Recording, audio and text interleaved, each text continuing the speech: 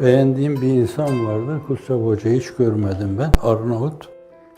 Çok hukuklu.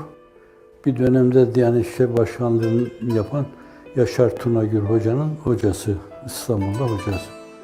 Öyle çok hukuklu. Evet, talebelerine ders takrir ediyor. Bir iki küçük hususu arz edeyim. Sıkılmadınızsa. Yaşar Hoca der ki makamı cennet olsun. O da cennette, inşallah o da cennette. Her şeye rağmen bize inşallah demek düşer. Bir gün diyor talebe arkadaşlarla, Mahmut Bayram Hoca da o talebelerden birisi. Hizmetimizi çok sever, bayılırdı. Beraber derse giriyoruz. Baktık ki kapının önünde tabut var, teneşir var. Kazanlarla su da kaynıyor. İçeriye girdik, oturduk. Hiçbir şey yok gibi. Hoca bize dersi takrir etti. Tavzih okutuyor. Taftezani'nin.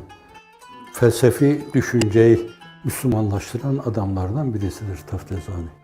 Seyyid-i Şerif Cürcani ile muasırdır. Çubuğa gelinceye kadar da Timur Lengi'nin ordusunda onlar serkarlık yapmışlardır. Öyle birisi. Taftezani o, tavzih dedim, okutuyor. Yataktaydı, en son durumlarında yataktaydı. Tefsiri böyle elinde tutuyordu. Bazen de kayıyordu. Bir gün düştü elinden, hıçkıra hıçkıra ağladı.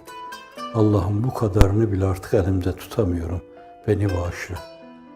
O hale gelinceye kadar yapması gerekli olan şeyi yapma. O hale gelinceye kadar yatakta. Yatakta. Hocam bu nedir bu kaynayan su, kazan filan? Hani ben onu bütünüyle insani hislerden tecrid edilmiş olarak görürüm. Hocam nedir? Yok bir şey dedi. Bizim üniversitede okuyan bir kızımız vardı, vefat etmiş de. Onun için burada yıkayalım, gömelim diye falan. Yapacağı şeyi yaparken ne eşinin ölmesi, ne kızının ölmesi, ne şu ne bu. Ben bu yüksek insanın kalpsiz olacağına ihtimal vermiyorum. Fakat nerede o kalbi kullanacaksın, nerede esasen insani değerlere sahip çıkacaksın, ilahi kelimetullah için çırpınıp duracaksın, bunları birbirine karıştırmamak lazım.